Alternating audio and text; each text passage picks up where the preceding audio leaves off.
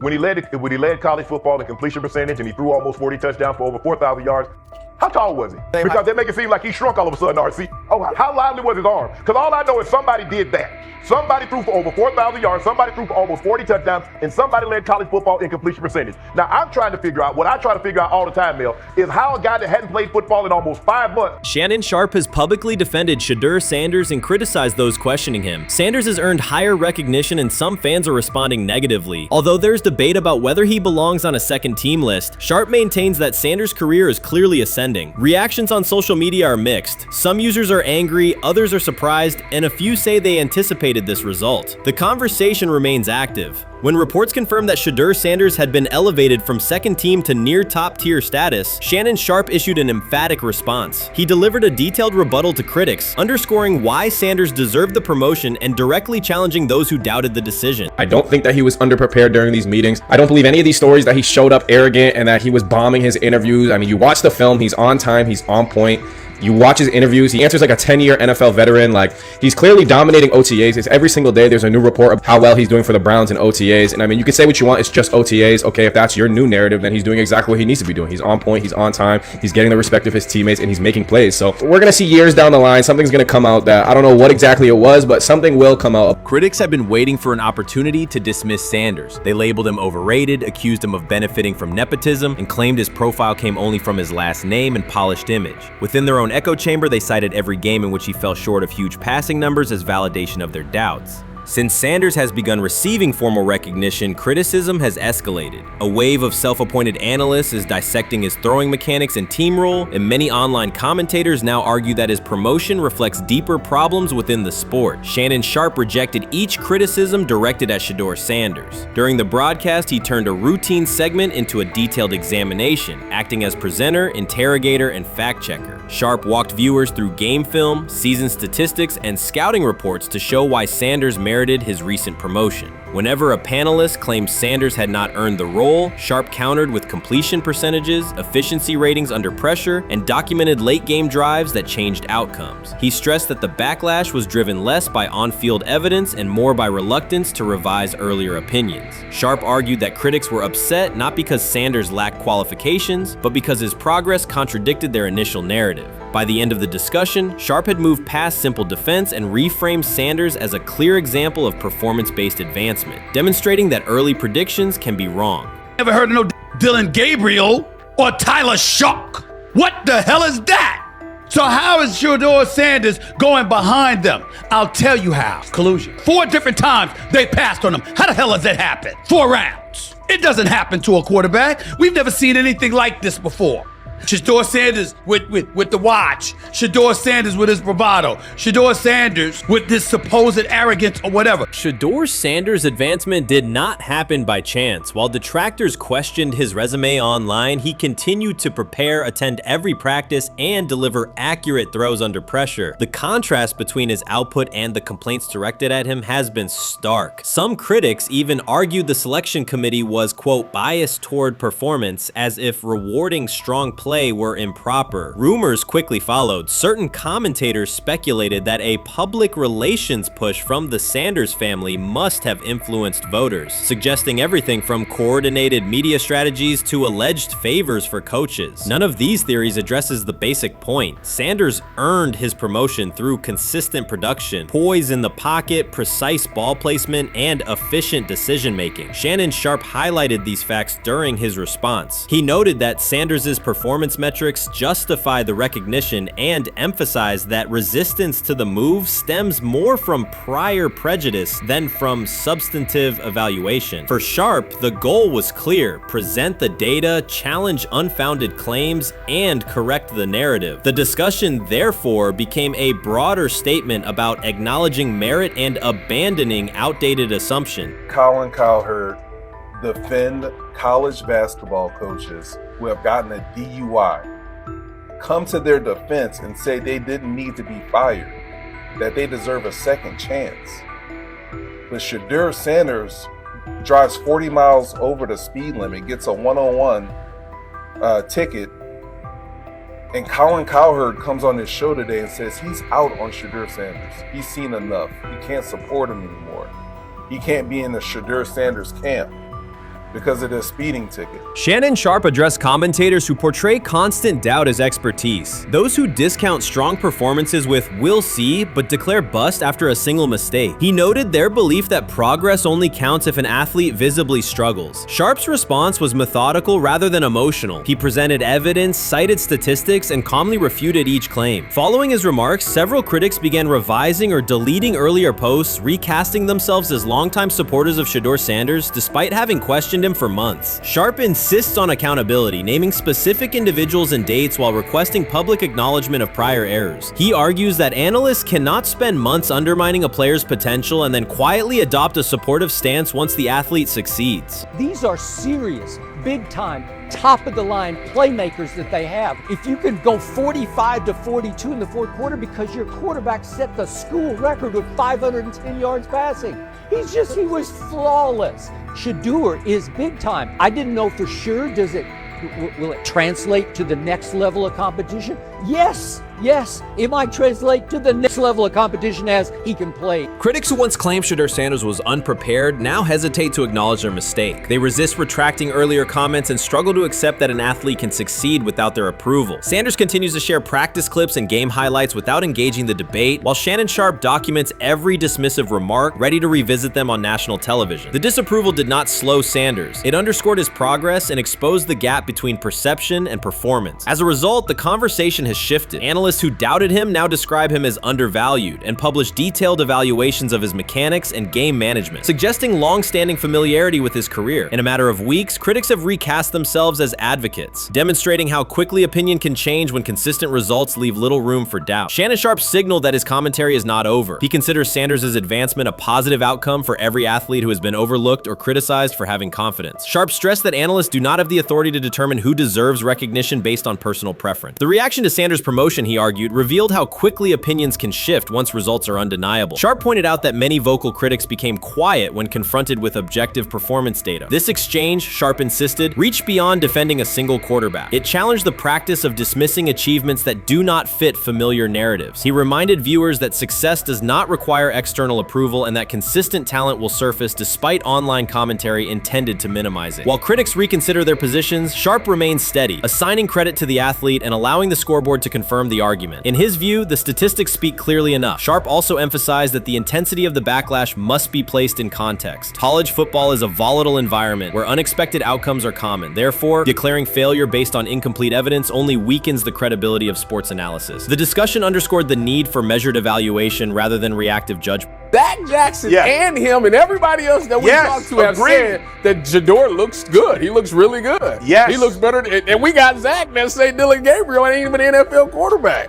It's true. So how is it that this man can't get a rep with the ones, but that non-NFL quarterback can? We all what agree with sense that. does that make? Some observers now claim that recognizing Shedeur Sanders' strong performance undermines football's traditional standards, even though they previously argued he received coverage only because of his father. Faced with Sanders' current statistics, those critics are searching for explanations that fit their earlier narrative. The data have always been clear. Their earlier objections ignored that fact. Shannon Sharpe is openly highlighting this reversal, comparing past negative remarks with Sanders' recent 400-yard games to demonstrate the gap between criticism and evidence. Sharpe did not force these commentators to backtrack. He simply displayed their earlier claims alongside Sanders' results, allowing the contrast to speak for itself. Grab hold of the starting job. Yes, but I don't think we're going to know which one until we get deep into August. Now, I think we tracked the reps everybody was getting at practice throughout the OTAs and minicamp. But when you talk to people there, they just want to make sure everybody got what they needed. And that, Kenny Pickett, we find out if he has the goods to be the starter. Joe Flacco, they back him off a little bit. He's 40. He may not need as much. The rookies, Shedeur Sanders and Dylan Gabriel, what do they need to learn to make the transition from the college game to the pro game? That's what the spring was about for the Browns quarterbacks. Now, Shedeur Sanders has moved from social media celebrity to on-field standout, and ESPN now lists him among its first-team candidates. Reactions are split. Some fans are impressed while others are skeptical. Whether this reflects Deion Sanders' long-term strategy or simply Shedeur's rapid development, the story is drawing widespread attention. Here's a look at what led to this moment. They never planned on taking him. The problem is, like Ocho Cinco said, you got somebody that has endeared himself to the locker room. And guess what? The difference between him and Tim Tebow, the biggest one, is he can play. He can throw the ball. Tim Tebow running around being an H-back. He can throw the ball. And he's done everything he needs to do. He ain't saying nothing. He ain't rocking the boat. He ain't mad about the reps. He ain't mad about none of that. All the people out there want to see is this, like Tyver said earlier. We want to see what he can do with Jerry Jeudy. Online reactions are sharply divided. Some fans strongly support Sanders, while others argue he is overrated. Traditional analysts cite statistics and claim his recognition comes mainly from his father's name. Sanders supporters are actively celebrating his rise and already predicting a future NFL career. Sports media outlets have made his candidacy a central topic of debate. The discussion now extends beyond statistics and victories to include his marketability, public image, and on-field presence. Sorry, is Shedeur Sanders going to get a chance to win this job? Do you believe he gets a legit shot to win this job? Listen, I think, first of all, the action's going to really start in training camp. Like, forget all the OTA stuff. You don't win a job in OTA. The real action starts in training camp. And just like Shedeur said, during the mini camp, when it's time to take your reps, you got to make the most of it. Because I think early on, there's going to be a lot. Remember, Joe Flacco didn't hardly practice in OTAs and mini camps because they were giving the young guys. Right. So when he gets his opportunity, he's going to have to make the most of it. Analysts are closely reviewing game footage to evaluate Sanders' decisions and mechanics, while others examine his social media activity to see how he balances content creation with quarterback duty. Shedeur Sanders' placement on ESPN's early first-team list has taken over the college football conversation. Supporters circulate his highlights and argue that his on-field production and leadership justify the honor. Skeptics claim the recognition relies too heavily on his family name and question whether his resume is strong enough for first-team status. Analysts are rewatching game footage to assess his reads, accuracy, and pocket presence, while others examine how he balances a high-profile social media presence with quarterback responsibilities. The debate has pushed other storylines, such as conference realignment and NIL issues, into the background, leaving fans and commentators focused on Sanders' performance, marketability, and overall impact on the sport. I'll keep saying it. I believe Shedeur Sanders should play more games than any other quarterback on this roster this year, because he's the only guy that I look at and say they might have something here. Because I'm telling you right now, they left night one of the draft saying we are taking our quarterback next year. So it's on Shedeur or Dylan or Kenny, probably not Joe, to change their mind. To change their mind. But you got to find out. You gotta find out. Opinions differ on whether Sanders is benefiting from his family name or simply showing real progress, but the attention is undeniable. Social media is flooded with edited images elevating him to legendary status. Critics argue the first-team nod is driven by hype and marketability, while supporters point to his flashes of strong arm talent, field vision, and decision-making. Regardless of motive, the announcement has dominated the football news cycle and intensified debate over how much of his rise is performance-based versus media-driven. Highlight reels rarely show Sanders' turnovers, late-game mistakes, or inconsistent stretches. Being named to a first-team watch list suggests sustained dominance, something Sanders has displayed only in flashes. His selection appears driven as much by brand recognition and media appeal as by performance. ESPN's decision has intensified debate. Data-driven critics post statistics that question his resume, while passionate supporters predict awards and future NFL success. Commentators recall a time when first-team consideration required years of proven excellence. Yet many fans already see the announcement as confirmation that Sanders is on track for major college football honors. Shedeur Sanders has earned first-team reps when training camp commences later in July. I'm not saying like he's the first guy up when you do 11 on 11s, day 1, 2, 3, 4, 5 at training camp. I'm not necessarily saying that. But he's the one quarterback that we didn't get a chance to see take reps with the ones. But I think Shedeur has a chance to make this conversation interesting if he gets those reps with the ones and he has the same success that he did with the 2s, the 3s, and the 4s. I have confidence he can show you something, but I got to see it. We all got to see it before we can actually judge that. Some believe Deion Sanders is already preparing for an award ceremony, while others are furious, threatening to protest ESPN's credibility over Shedeur's first-team mention. Critics argue that honoring Sanders without a full season of elite play undermines college football standards. Supporters insist his performance and profile justify the recognition. The debate reflects a broader clash between traditional merit-based evaluation and modern brand-driven visibility. In today's landscape, first-team consideration is no longer only about statistics. It also involves marketability and audience engagement. Whether welcomed or rejected, Sanders commands attention and embodies the sport's shift toward both performance and personal brand. He lied to us all when he said that this was going to be an open competition of 4-man. open competition when it comes to the QB situation up there in Cleveland, in which, from the looks of it, all we've seen it be was a 3-man race. The only people that has been getting reps in with the first team or with the veterans are Joe Flacco, Kenny Pickett, and Dylan Gabriel. We've never seen my boy Shedeur Sanders get a chance to get in. Even with him doing the things that he has been doing up there, he has yet to get in with the... Shedeur Sanders was caught off guard by Coach Kevin Stefanski's recent remarks, which have sparked talk of bringing in another starting quarterback. Commentators are debating whether Stefanski's comments reflect eroding confidence in Sanders or a brief lapse in judgment, but the rookie now faces intensified scrutiny over his role. The Browns, we got an analyst that says that Shedeur Sanders should have some kind of a ban? Banishment of some kind? Come again? Say what? For what? And we've got, this would be more troubling. If I'm a Browns fan, and this is where we're going to start, potential dissension in the ranks of the front office and the coach. And over what? Quarterback. When a program's headline quarterback suddenly becomes the subject of sideline murmurs and quiet searches for replacements, the situation is unmistakable. It's a breach of trust. Shedeur Sanders, the passer who put Colorado back in national conversations with his production and profile, has just received a clear message that his job security is in question. Coach Kevin, the assistant previously considered to be in Sanders' corner, made remarks that ignited speculation about changing quarterbacks. Fans, analysts, and even Deion Sanders are now reassessing the team's unity and its true plan for the position. The comment was no accident. It was a deliberate signal that the staff may soon elevate a backup. For perspective, Shedeur Sanders did not step into ideal conditions last season. He was sacked so often that Colorado could have dedicated a locker to every opposing edge rusher who reached him. Could I possibly go to bat for Kevin Stefanski as a great head coach? No, I couldn't. Could you go at bat against him, saying he's a horrible head coach? No, I can't. I think that's why we fall in the middle. I think that's why in a lot of these discussions, and that's why a lot of the rankings, you see him right now in that 15 to 20 range, somewhere in that middle pack of NFL head coaches. I've said earlier, Kevin Stefanski has already been given more head coaches than any coach I've ever seen in Cleveland.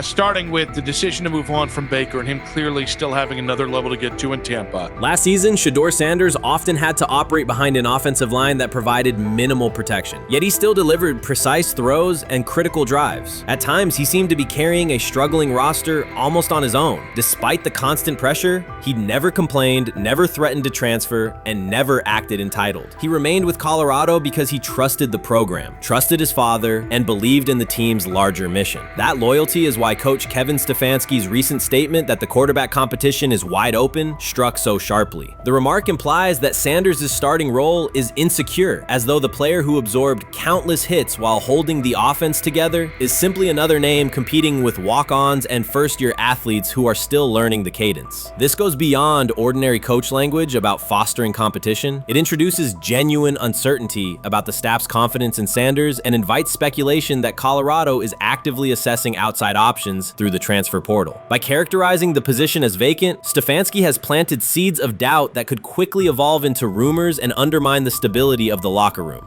I'm sorry, but when it comes to quarterback, I'm gonna defer to my head coach, generally speaking, especially one with Stefanski's track record and how he's viewed across the league. So this is interesting because it tells you Kevin Stefanski's not a Shedeur Sanders guy. And it also tells us who made these picks. Exactly. The Cleveland Browns made a rather awkward decision in the NFL draft, opting to take quarterback Dylan Gabriel in the 3rd round well before he was expected to fly off the board.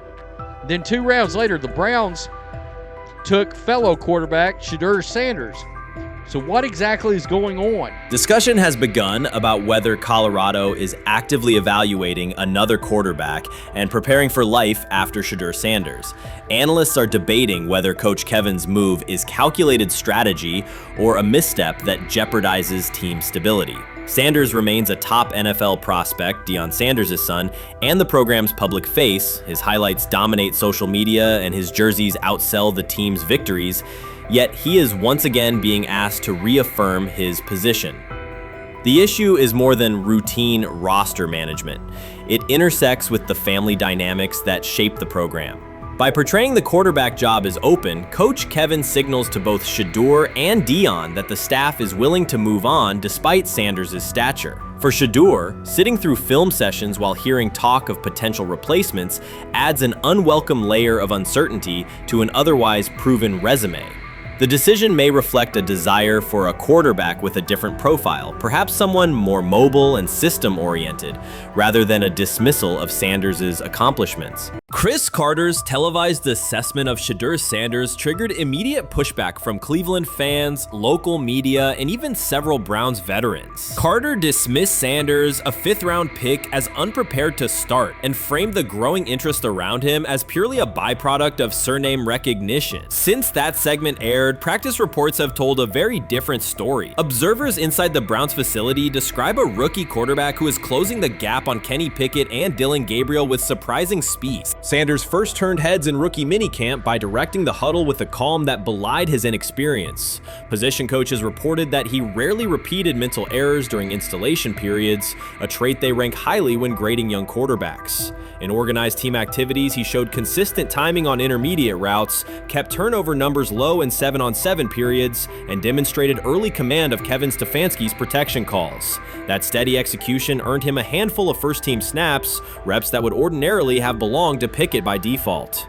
By mandatory minicamp, the rotation had shifted again. Practice notes from beat reporters detail the rise in Sanders' workload each day. Red zone series against the starting defense, 2-minute drills, and full field scrimmage possessions in which he checked out of called plays when fronts dictated it. Mary Kay Cabot, initially skeptical Sanders would challenge for game day snaps in 2025, wrote after consecutive sessions in mid-June that his footwork, release speed, and pocket management had, quote, meaningfully tightened since rookie camp. Her tone marked a clear departure from early spring projections that labeled Sanders a long-term developmental project. The broader quarterback context in Cleveland magnifies that progress. Deshaun Watson's availability and form remain uncertain after 2 injury-interrupted seasons, while Pickett's transition from Pittsburgh has been uneven. Dillon Gabriel's arm strength is evident, but coaches continue to stress hesitation in his full-field reads. Against that backdrop, Sanders' quick decision-making and mechanical efficiency have begun to look less like a pleasant surprise and more like the roster's most reliable short-term plan. Inside the locker room, acceptance has followed performance. Wide receivers cite Sanders' ball placement on outbreaking routes, noting that the ball routinely arrives on the upfield shoulder, a small but essential detail that allows for yards after the catch. Offensive linemen appreciate his pocket awareness. Joel Bitonio remarked privately that Sanders slides up instead of bailing when edge pressure flashes. Defensive backs say his eye discipline forces them to hold coverage longer than they expected against a rookie. Such cross-positional respect develops only when day-to-day tape shows tangible improvement. The reaction to Carter's critique highlights a recurring double standard applied to young black quarterbacks. Traits celebrated as swagger or confidence in other players were labeled arrogance when associated with Sanders, yet the quarterback himself has not responded publicly. There have been no subtle social media jabs, no mention of critics and interviews, only repeated references to competing for every rep and learning from veterans. That measured approach, combined with hard evidence from practice, has softened earlier doubts among coaches who prioritize demeanor as much as arm talent. Within the coaching staff, the discussion now centers on readiness thresholds. Stefanski's scheme relies heavily on quick rhythm throws, defined reads, and disciplined pocket movement. Those requirements align with Sanders' strengths: a compact release, willingness to target the middle of the field, and instinctive timing on RPO concepts carried over from his college tape. Staffers reviewing cut-ups from joint practices note that his internal clock already approximates NFL speed, a metric they did not expect to see until mid-season at best. If that trajectory continues through preseason games, the Browns face a consequential decision. Starting a 5th-round rookie 6 weeks after training camp opens would unsettle salary cap assumptions, depth chart politics, and external perceptions of organizational stability. Yet the internal mandate remains clear: the most prepared quarterback will play. That standard places Sanders in genuine contention because every practice metric used to grade readiness, turnover ratio, red zone efficiency, third down conversion rate has trended in his favor since early June. The organizational stakes are considerable. Cleveland has cycled through starting quarterbacks at a startling pace over the past decade, shifting from first-round investments like Baker Mayfield to high-cost gambles such as Watson, each move packaged as the long-awaited solution. A rookie chosen outside the first 100 picks ascending to the top of the depth chart would challenge long-held league assumptions about draft pedigree and opportunity. It would also validate the evaluation philosophy that prioritized Sanders' intangibles, processing speed, leadership presence, over conventional arm strength thresholds that pushed him down the draft board. Carter's televised remarks now sit awkwardly alongside daily updates from Berea. His critique relied on pre-draft labels and the presumption that a late-round passer with a famous father would need a redshirt year. Practice film contradicts that stance. Sanders checks protections at the line, manipulates safeties with shoulder fakes, and has reduced turnover-worthy throws and full-speed sessions to single digits. Statistics normally cited for veteran backups, not rookies. The longer that evidence accumulates, the more Carter's comments appear rooted in legacy bias rather than objective performance review. None of this guarantees Sanders will open the season under center. Preseason defenses test quarterbacks in ways practice cannot. Defensive coordinators will disguise pressure and boundary rotation to force late decisions. Sanders must show he can adjust protections and exploit mismatches without the benefit of a controlled environment. Yet within the Browns facility, the conversation has shifted from if he will be ready to when. Quiet confidence from Amari Cooper and other veterans suggests they believe Sanders can steady an offense searching for consistency more than highlight reel heroics. Sanders' rise also affects long-term roster calculus. If he earns the job and performs competently, Cleveland gains starter-level production on a cost-controlled rookie contract, freeing cap space allocated to other positions. That scenario could reshape roster-building strategy in a division featuring Joe Burrow and Lamar Jackson, quarterbacks whose contracts consume significant percentages of team payroll. A capable, low-cost starter would allow the Browns to reinforce their offensive line and secondary while retaining core veterans, a competitive advantage few teams enjoy.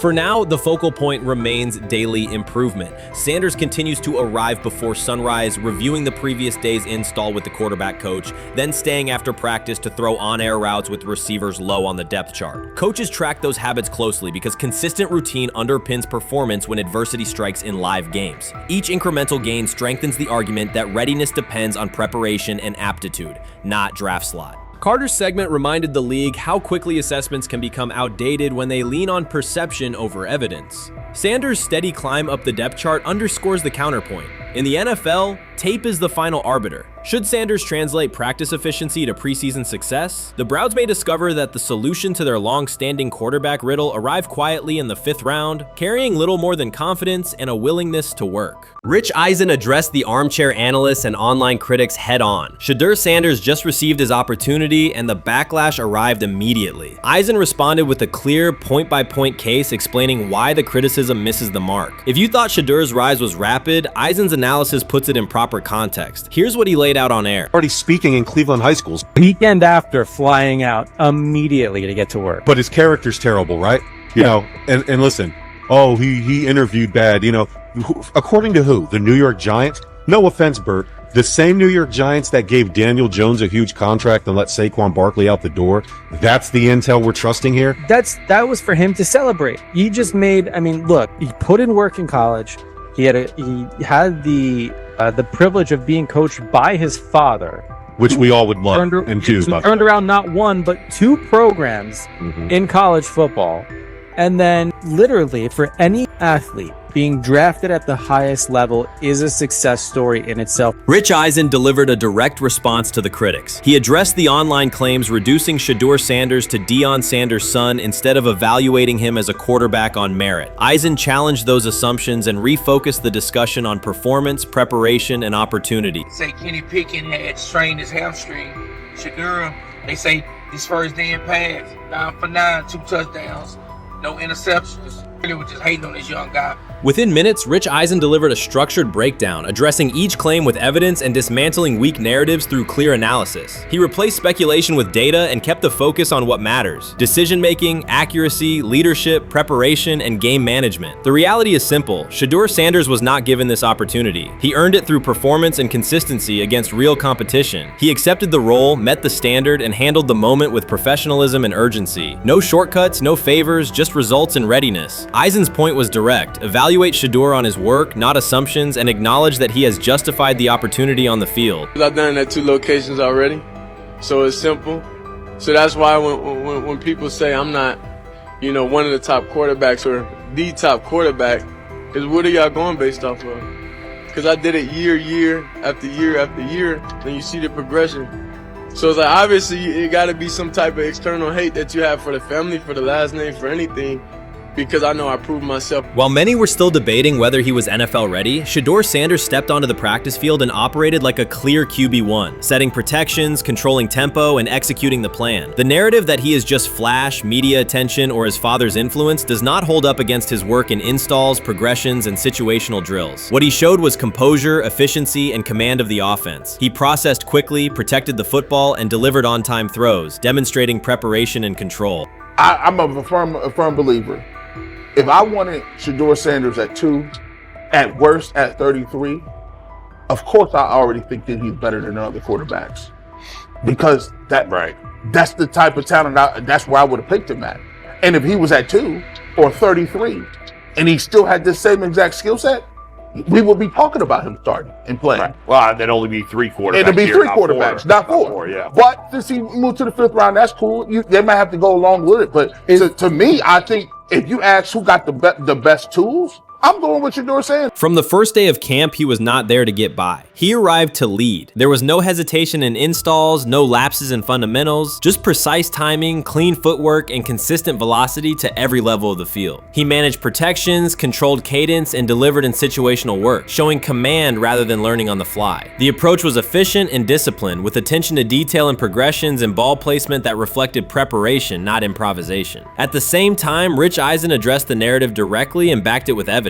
He laid out clips, context, and performance markers to cut through speculation. Eisen emphasized that Shedeur Sanders did not step into this moment because of publicity. He built toward it through sustained work, resilience, and results. The background, media readiness, high football IQ, and a professional approach was developed over years, not days, and it translated to immediate operational control of the offense. The resistance came from familiar places. Some in the traditional guard still framed mobile quarterbacks as limited and expected the nepotism label to define him. That view did not hold up against what was on the field. Composure under pressure, secure decision-making, accurate throws into tight windows, and consistent execution in red zone and 2-minute sequences. Eisen's point was clear. Evaluate Shedeur Sanders on performance and readiness. The evidence shows he earned the opportunity and is meeting the standard with accountability and consistency. Yeah, teams didn't draft him because they didn't think he was first-round talent.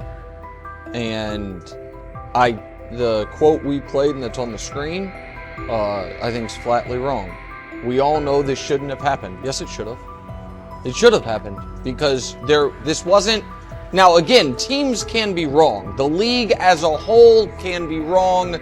Hell, the Baltimore Ravens drafted a 25-year-old tight end before they drafted Lamar Jackson in the same draft. The die is not cast on who Shedeur Sanders. He stated it plainly. This is not a celebrity appearance. This is a quarterback with pocket presence, leadership, and decision-making that stands on its own. You either show it or you settle into a backup role. Shedeur Sanders is not auditioning. He is establishing himself as the starter. When the opportunity arrived, whether through injury, trade, or depth chart changes, Shedeur was prepared and delivered. He did not hesitate. He executed the offense and finished drives. As others tried to catch up to what they were seeing, Rich Eisen reinforced the same message he has been repeating: evaluate the work. Camp reports have been consistently positive, but the important shift is how the performance is being received. Casual attendees who came to observe left talking about Shedeur's command and poise. Detailed observers focused on his pre-snap reads, protection checks, and audibles, highlighting the mechanics, timing, and ball placement that support efficient, controlled play. I'm about to unleash about Shedeur Sanders. I just watched what happened to Shedeur Sanders in the Cleveland Browns' third and final preseason game.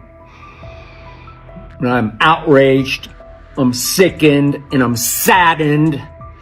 By the way, Shedeur continues to be treated in the National Football League now by those sorry-ass Browns and sorry-ass Kevin Stefanski. The Cleveland Browns are once again mishandling a promising quarterback. Skip Bayless criticized the organization for failing to develop Shedeur Sanders and for misusing his skill set. He argued that the team's decisions are undermining Sanders' progress and turning a major investment into a cautionary example. Bayless pointed to inconsistent usage, questionable play calling, and a lack of clear direction as key issues limiting Sanders. He said the Browns need a defined development plan and stronger support if they expect Sanders to succeed. Skip Bayless delivered a direct, critical assessment this week. After seeing Shedeur Sanders in a Browns uniform, he argued that Cleveland is mishandling the quarterback and undermining his development. Bayless said the team's approach shows poor planning and inadequate support around Sanders. He dismissed excuses about strategy and emphasized the need for better coaching, deployment, and protection. In his view, the Browns are setting themselves up for problems before the season begins unless they establish a clear plan for Sanders. Given the team's recent decisions, his reaction is understandable. Cleveland has a history of inconsistent quarterback development. Shedeur Sanders is a premium prospect, the son of a Hall of Famer, a proven college performer, and a widely recognized figure. The organization should prioritize his reps, protection, and a clear development plan, not place him behind Dylan Gabriel as if he were a secondary option.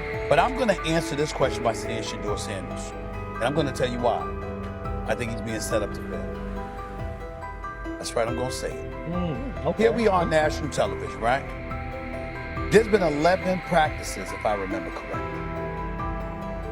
He's been starting against, he's been playing against the third unit. He's fourth on the depth chart. And then suddenly you throw him into the start line, and he hasn't had any reps for the first team at all. Think about that. So you're just going to throw him to the wolves like that, huh?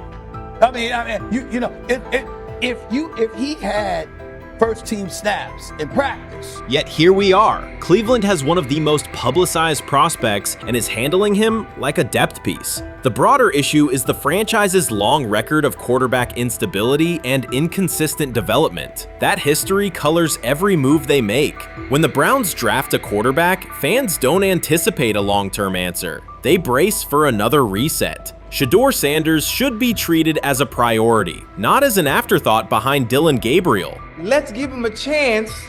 Let's give him a chance with the play calling. You know you have an offensive line that isn't playing that well. So what do? Why not just play the short game so he can get the ball out of his hands very fast to run a competent goddamn offense? Outside of that, Shedeur has to be better in understanding that the offensive line that you're working with right now is not adequate. Why not allow the players that are competing for a job, in this instance, Shedeur Sanders, to finish off the 2-minute drill? When Browns fans see another quarterback selected, they brace for another setback. The franchise's recent history, from Johnny Manziel's failed stint to the rocky handling of Baker Mayfield, reflects inconsistent development and short-term decision-making. Against that backdrop, Skip Bayless's reaction to Shedeur Sanders on Cleveland's roster was blunt. He argued the team is already mishandling a premium prospect by treating him as a secondary option instead of a centerpiece for the future. Bayless's position is straightforward. Sanders is not just a name, he brings proven college production, leadership traits, and significant visibility that can strengthen both the offense and the organization's broader profile. Burying him on the depth chart behind Dylan Gabriel signals a lack of a clear development plan and wastes early momentum. Instead, Bayless contends, Cleveland should establish a defined pathway. First-team practice reps, protection and personnel tailored to his strengths, deliberate play calling that accelerates processing, and measured in-game opportunities that build confidence and execution. In his view, the Browns need alignment from the front office to the coaching staff to prioritize Sanders' growth. Continuing to treat him like a depth piece risks repeating the same cycle that has undermined previous quarterbacks. Committing to a coherent plan gives Sanders and the franchise a realistic chance to convert potential into sustained performance. While much of the NFL community attended the ESPYs in Los Angeles, Shedeur Sanders spent the day in Cleveland with families recovering from a residential explosion. He did not seek cameras or a red carpet appearance. He chose to be present in a neighborhood working through loss. Weeks earlier, an explosion at the Rainbow Terrace apartments in the Garden Valley neighborhood displaced more than 100 residents. Local officials reported that 42 families were left without housing. A father suffered burns over most of his body and remained in a coma. His 2 young children were hospitalized in critical condition. The damage extended beyond structures. Families lost possessions, stability, and routine. Cleveland City Council member Richard A. Starr described the moment as a family fighting for its future. Outside of local reporting, national attention was limited. Sanders decided to go to the site, meet residents, and help organize a day focused on relief and connection. The decision drew questions almost immediately. Some asked why he was not at the ESPYs, others questioned his motives. Sanders did not respond with counter-arguments. He explained simply that he felt an obligation to be present and that he would act on that conviction. This was not a team-scheduled appearance. He promoted the gathering himself, arrived without ceremony, and spent the day with residents. His approach emphasized listening, participation, and time.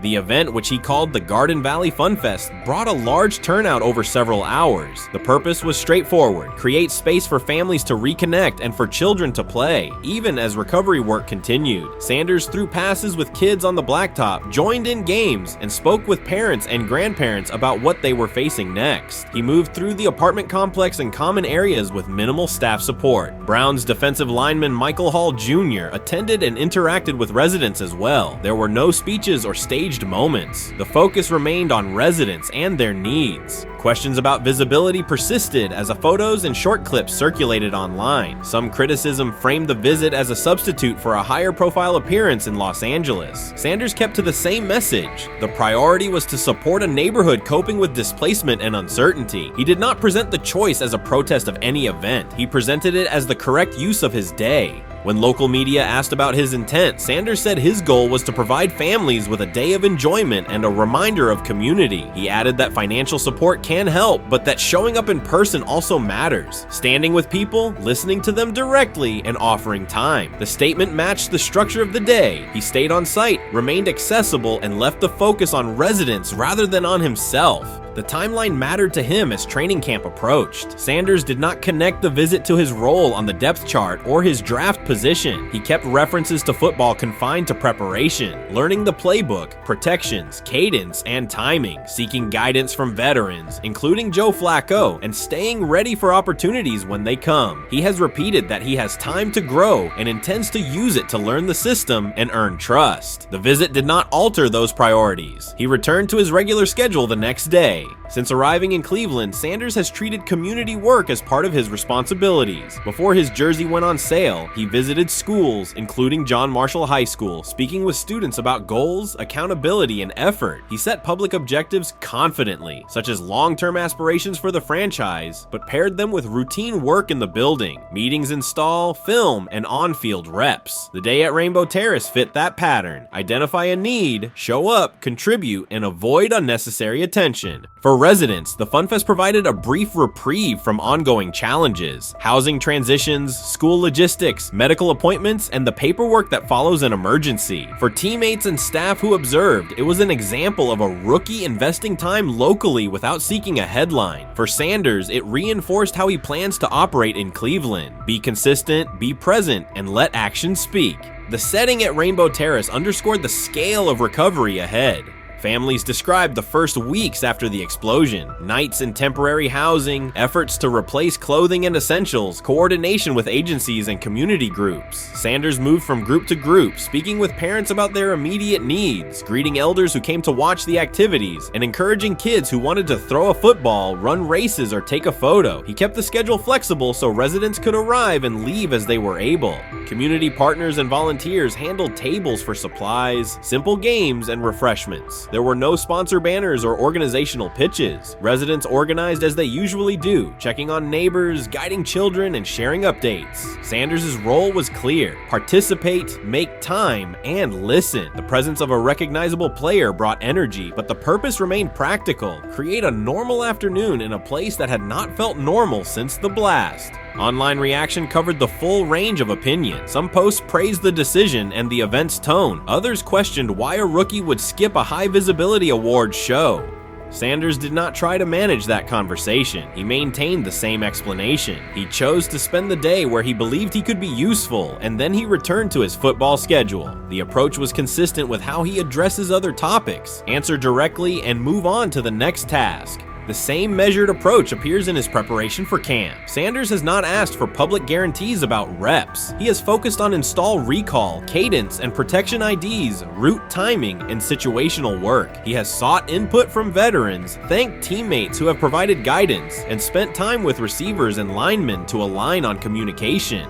Coaches have emphasized that the quarterback competition is a process, and Sanders has accepted that framework. His emphasis remains on readiness. None of this overshadows the experience and resumes of other players on the roster. It does provide a clearer picture of how Sanders operates as a professional. He separates off-field actions from promotional efforts. He keeps football preparation focused on what he can control. He communicates with teammates across position groups so that timing and expectations are shared. He does not try to steer attention in his favor. He tries to make steady progress. The day in Garden Valley was one example. He arrived without a speech, stayed for hours, and left without an announcement. He did not ask for recognition. He offered time. Residents responded in kind. Kids lined up for catches and races. Parents and grandparents asked about camp and wished him well, and neighbors coordinated rides and schedules around the event. The atmosphere felt like a neighborhood gathering, not a media production. Local leaders who were present or who spoke later emphasized that recovery will take months. Families will continue to navigate housing, healthcare, and daily logistics. Events like the Fun Fest do not resolve those issues, but they help sustain community connections and morale. Sanders' contribution was to create a space for that to happen and to treat the day with the same seriousness he applies to practice, plan, execute, and keep the focus where it belongs. As the preseason approaches, Sanders will continue to compete for opportunities on the field. He has said he will be prepared when called upon, and that he understands the importance of mastering details before focusing on outcomes. The organization will make decisions based on evaluation, and he will accept the results while continuing to improve. The off-field choices will remain consistent, identify needs in the city where he lives, and contribute in direct, practical ways. The core elements are simple. A neighborhood suffered a significant loss. Residents faced immediate and ongoing challenges. A rookie quarterback chose to spend a day there, without a press conference, without a schedule of talking points, and participate in a community-led event designed to give families a break and remind children that play still has a place. He provided presence, not a headline. He listened more than he spoke. He returned to work the next day. In a league and media environment that often prioritize visibility, Sanders made a different choice. He kept attention on people, not optics. He placed value on time spent in person rather than on appearances. He continued to build trust in the locker room and in the city through steady conduct rather than declarations. That approach, measured, direct, and consistent, will shape how he is viewed in Cleveland as much as any public statement could. The outcome of his football career will be decided on the field by installations learned, reads made, throws delivered, and games played. The outcome of his role in the community will be measured by smaller, quieter moments. Afternoons like the Fun Fest, school visits, and unannounced stops where listening matters more than being seen. For Cleveland residents at Rainbow Terrace, the takeaway from that day was straightforward. Someone who represents their team showed up, stayed, and participated without fanfare. For Sanders, it was the same. Do the work in front of you, whether that is a practice period or a neighborhood event, and keep the focus on the people who are affected most. So before your final year at Miami, there's a lot of conversations revolved around Shedeur Sanders. Obviously, I'm assuming you guys have a great relationship. Some of the clips you've seen and stuff like that. What is it like for you to have like this rivalry with Shedeur? I don't have a rivalry with him. That's my boy. So at the end of the day, this whole process, we thought me and him were going to be 1 and 2 the whole time. Whether he's 1, I'm 2, whether I'm 1, he's 2. And so that's just always been, our mindset. It didn't go that way. I thought he was one of the better quarterbacks in the draft as well, even throughout college. A lot of stuff out there on him ain't really, the truth, just because they spin it different ways. Like they spin stuff about me different ways. But I mean, when he gets his chance, become a starter, I know he's gonna make the most of it. And I'm ready to get back to work with him, after the season, talk some more stuff to him. Cam Ward directly challenged the uneven standards applied to Shedeur Sanders, calling them inconsistent and unfair. By insisting that performance, not politics, guide evaluation, he shifted the discussion from one player to a league-wide problem. Sanders' treatment now serves as a test of how the NFL supports and evaluates emerging quarterbacks. I feel a special relationship with him, especially me. First getting to know him 5 years ago when I started working with him. But it did surprise me because he's a good quarterback. It doesn't get a lot of the credit that he deserves, especially the plays that he made in Colorado. A lot of quarterbacks and coaches are making those plays. So when he gets this opportunity, I'm pretty sure he'll have it soon today. He'll make sure he'll make plays on the field. Cam Ward's public challenge to the treatment of Shedeur Sanders brought the issue into clear view. For months, discussion around Sanders has centered on his profile, major compensation, a prominent Nike deal, and the expectation to stabilize a struggling franchise. Rather than a standard evaluation of a top prospect, he has faced sustained skepticism from analysts, fans, and league voices. Ward's comments underscored that the standards being applied to Sanders diverge from those used with other rookies. By stating it directly, he did more than support another quarterback. He identified a broader problem in how the league responds to young players with significant visibility. The takeaway is direct. Assessments should reflect on-field performance and development, not external narratives. A generational talent. I'm gonna prove him right. I'm gonna prove him right, don't worry. Oh my God. An article came out today. I'm generational. So I guess it's article versus article. I like that you think that, man. But we all know the truth.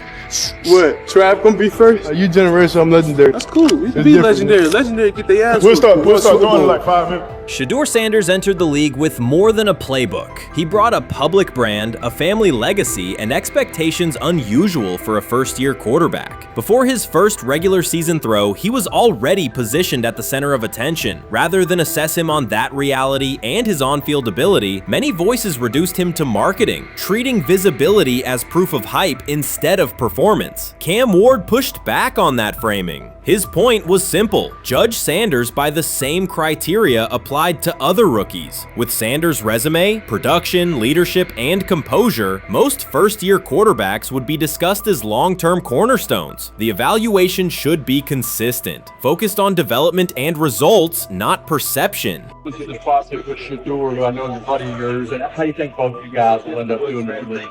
I think we'll both end up being one of the best quarterbacks in the league. I just think the work that me and him are willing to put in, the relationship we have to constantly compete each and every day, to better our craft, for ourselves. I just think it's gonna end up paying off for us in the long run. Do you guys kid each other about who's going first, and how much does that matter to you?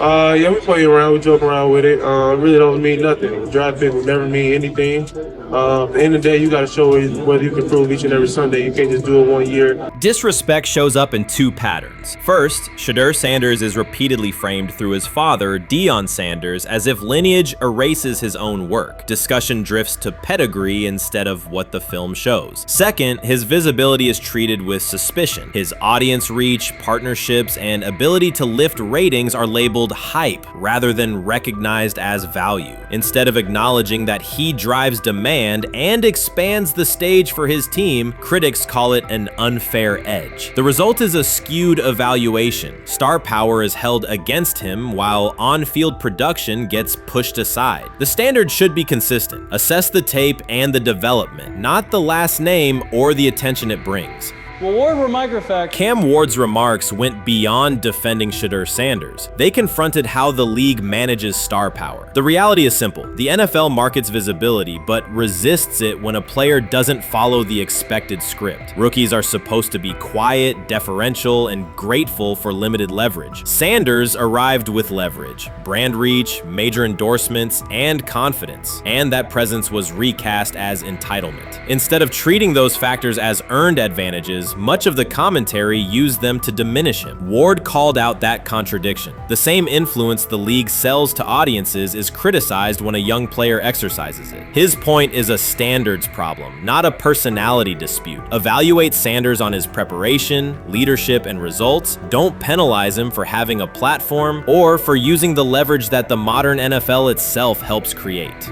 Now it sounds like the Cleveland Browns are going to all but imprison Shedeur Sanders in the football sense of a very talented rookie quarterback who obviously needs reps, who needs an opportunity, and who now, barring some miraculous luck, will not get the opportunity to play in a single real game. I'm sure many around the NFL are celebrating as we speak. They are chuckling about this. Many in the NFL wanted to teach Shedeur and his daddy. Cleveland became the center of the conversation. With Shedeur Sanders attached to a major Nike partnership, the expectation was straightforward. He should be given real game reps. The Browns instead leaned on Joe Flacco as the default choice, treating stability as the safer path while sidelining a quarterback with clear cultural and commercial pull. Each week Sanders didn't see the field, scrutiny grew. Commentary questioned the value of his contract environment and relevance, and fan debate shifted from development to doubt. That wasn't measured evaluation. It was a delay framed as prudence that eroded confidence in the process. Cam Ward reset the terms of the debate. He pointed to an uneven standard. When veterans or other young players secure significant endorsements, it's considered smart business. When Sanders does it at scale, it's recast as ego or hype. Even the scope of his off-field agreements became ammunition against him rather than evidence of market demand. Ward's position is simple. Use one standard. Assess Sanders on preparation, decision-making, and progression, not on discomfort with his platform. Treat visibility as an asset, not a disqualifier. The issue isn't attitude or branding, it's the consistency of the evaluation. Ward called it directly. The treatment has been unequal, and it should be corrected by aligning opportunity with performance criteria. Fans need to recognize there's not a team in the league he'd start for. Not one. That's not ridiculous, that's not unfair, that's not a vast conspiracy. Shedeur Sanders fans are Angel Reese fans. They're just fair weather fans who don't really give a fuck about the sport. Most of them are just Dion fucking groupies that followed him when he went to fucking Colorado, just like Angel Reese's fans had never watched basketball prior to her playing at LSU, and they followed her to the WNBA and don't know shit about the sport. That's it. Now Dion fucking groupies are running around acting like, oh, this is payback to his dad. The timing is pivotal. Shedeur Sanders isn't trying to blend into the league's background. He's shaping the agenda. He drives debate segments, fuels short-form highlights, and moves merchandise at a pace most rookies never approach. By the metrics that define modern attention, he is the draw. Yet, a segment of observers continues to undercut him, not because of shortcomings on tape, but because of discomfort with how prominent he already is. Cam Ward put words to what many could see. Coverage around Sanders has been filtered through reaction to his visibility, rather than a clear read of his performance and growth. The market has already weighed in. Demand is real, not manufactured. Nike's record-level rookie endorsement aligned with that reality, signaling long-term value and cultural reach. This exposes a core contradiction. The NFL depends on star power to sell tickets, fill stadiums, and boost ratings, but it resists stars who set terms on their own. Visibility is celebrated until a player exercises it. The fix is straightforward. Apply one standard. Evaluate Sanders on preparation, decision-making, and results, and treat his platform as the asset it is. If the league benefits from his presence, its evaluation practices should reflect that same reality, consistently and without penalty for scale. Shedeur Sanders does not depend on league promotion. He established his platform before the NFL and continues to expand it on his own terms. That autonomy challenges the status quo. Cam Ward's support was more than a defense of a teammate. It was a warning that if the league holds to outdated expectations, it risks falling behind the very players who drive audience attention and revenue. Claims that Sanders lacks real popularity ignore measurable facts. A large, active following, consistent merchandise demand, and sustained coverage across major outlets. Doubts about his standing as a quarterback overlook his college production and growth indicators. The pattern is familiar. Efforts to minimize him increase his reach. Each skeptical headline widens the spotlight, and each dismissive take creates more engagement. You cannot reduce a player built for visibility by arguing he should be less visible. The practical outcome is the opposite. Scrutiny becomes signal. Sanders is not merely enduring criticism, he is turning it into momentum, converting attention into leverage on and off the field. Honestly, guys notice it more when you're out winning games, right? If Cleveland starts off in a bad start, they're not doing well, and all of a sudden Shedeur or Dillon Gabriel are doing well in 7-on-7, they're throwing dimes. In practice drills, the number one defense can't stop them. People take notice of that, and the more that the players see it, they're gonna then the comments start happening over the lunch table. They start happening throughout the building, and that's when the pressure really will get severe. The Cleveland Browns were focused on resolving their quarterback situation until Jason Kelce made pointed comments that triggered a strong reaction from ownership. The response inside the organization was immediate and intense. What exactly did Kelce say that has the dog pound on edge and the front office under pressure? We've seen that miserable game by the Cleveland Browns. So they throw Joe Flacco in there, and I like Joe Flacco. He did good, but they gave him the resource of all the first-team guys. Then they throw Dillon Gabriel in there with first teams and second teams. So Dillon always is getting protected. The same thing again, they gave this scrub max protection on every play. Yeah, he completed some passes, but let's talk about his mistakes. He's still inconsistent with his throws, but he at least had max protection.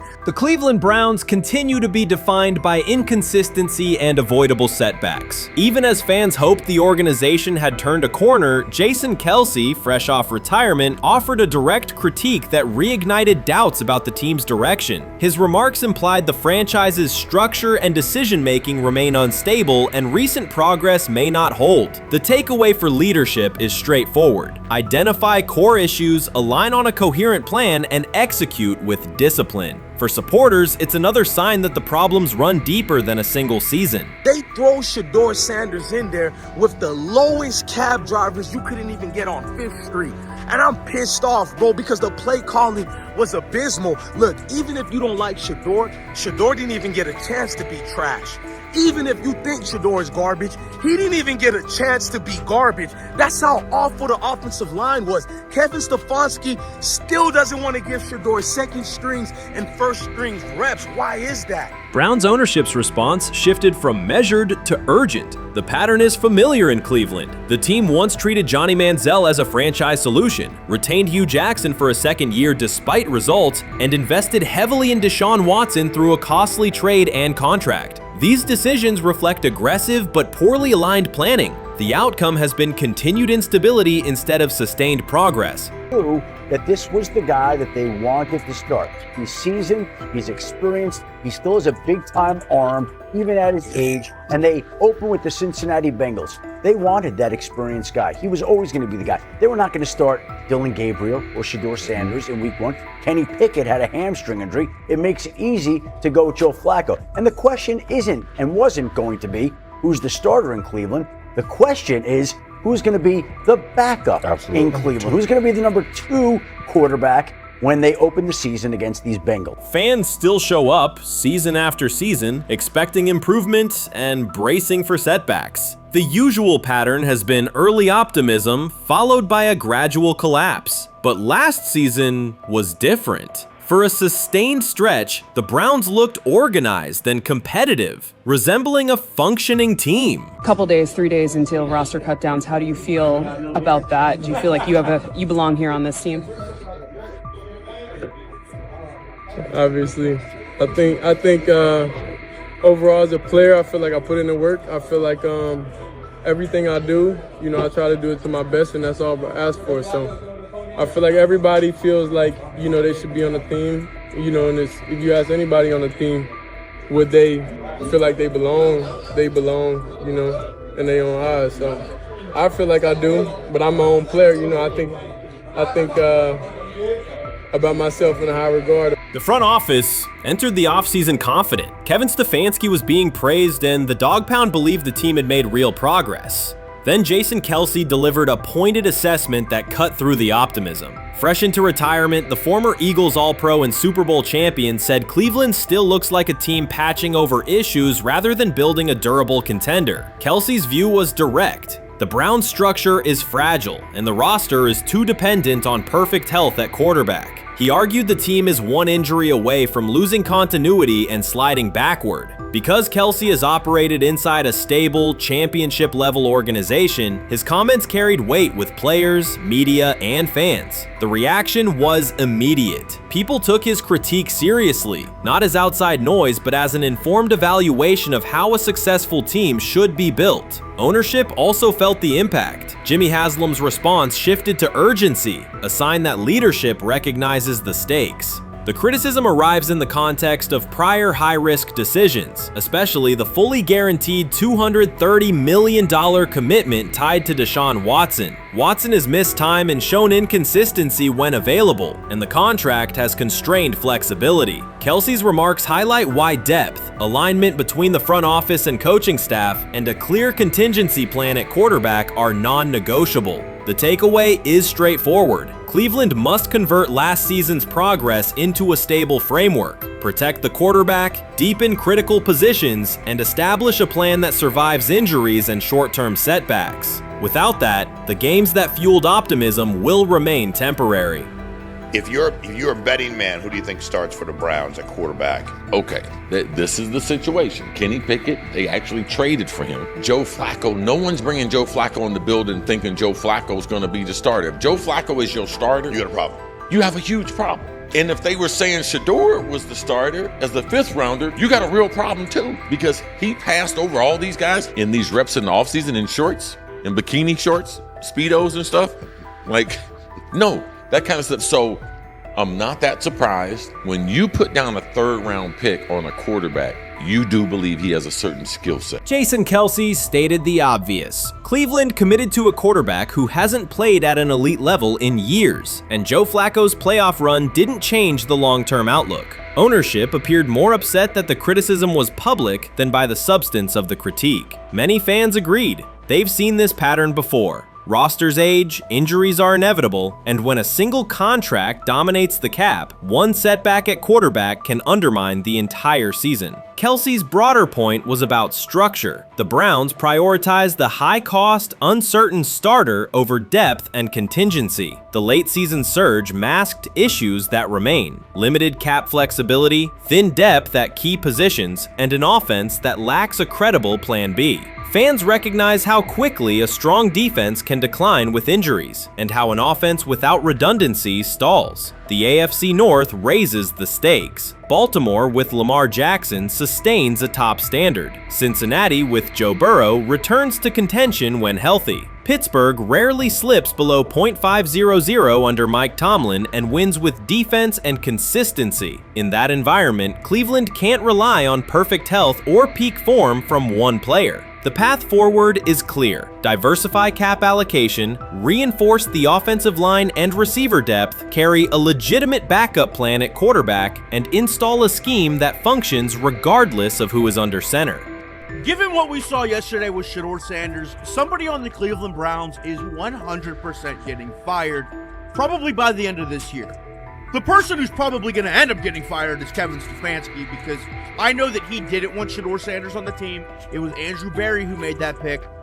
You can't really go against your GM. Bad things happen in this situation.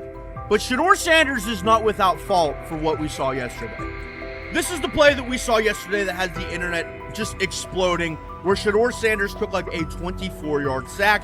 Half of the internet is saying that this is all Kevin Stefanski's fault. Cleveland showed progress last season, but the underlying concerns remain. Jason Kelce highlighted them directly. The Browns' long-term plan is fragile, cap-constrained, and overly dependent on perfect health at quarterback. His comments focused attention on structural issues, roster depth, continuity in coaching, and a sustainable offensive approach, rather than a single hot streak. That criticism resonated because it reflected what many around the league already see. Ownership ownership's reaction underscored the sensitivity. Jimmy Haslam has presided over frequent coaching and quarterback changes, and external scrutiny carries weight when it comes from a respected veteran with championship experience. Kelsey's remarks reinforce that last year's Joe Flacco stretch was a short-term solution, not a foundation. The team still needs a durable plan that can withstand injuries and inconsistency. The practical takeaway is clear: stabilize the system, diversify cap usage, and build depth at key positions so the offense functions regardless of who is under center. That includes a coherent development pathway for younger talent such as Shedeur Sanders, with defined practice reps, protection, and scheme alignment. Kelsey didn't say anything outrageous. He articulated the gap between a brief surge and a credible long-term contender. Have the faith of a mustard seed. Right, because this is the greatest resurrection since Jesus the Christ. Right, like at some point, Joe Flacco was thinking about getting into TV. Yeah. Right, Joe Flacco didn't have a job, and then now you not only come back and start for the Cleveland Browns late in the 2023 season, but they came back around to you. You're now the day one starter for a franchise that just 2 years ago was in the playoffs. The Browns' quarterback situation remains unsettled. Deshaun Watson was expected to be the long-term answer, but injuries and inconsistent play have prevented him from reaching an elite level. When the team turned to Joe Flacco after Watson's season deteriorated, Flacco immediately lifted the offense and produced results that highlighted the gap between expectations and reality. That a 39-year-old late addition could outperform a $230 million starter was not just a short-term surprise, it raised fundamental questions about roster construction and evaluation. Quarterback depth has been fragile, and the late-season surge masked broader structural problems. Jason Kelsey's remarks made that clear. Cleveland is vulnerable if the starter is unavailable, cap flexibility is limited, and the offensive plan lacks a stable contingency. His critique drew attention to leadership and planning as much as on-field performance. Jimmy Haslam's strong reaction reflects the pressure on ownership. The organization has promoted a message of stability and progress, but Kelsey's assessment suggested those gains are not yet durable. The path forward requires a realistic approach to the cap, a credible backup plan at quarterback, and a system that holds up regardless of personnel.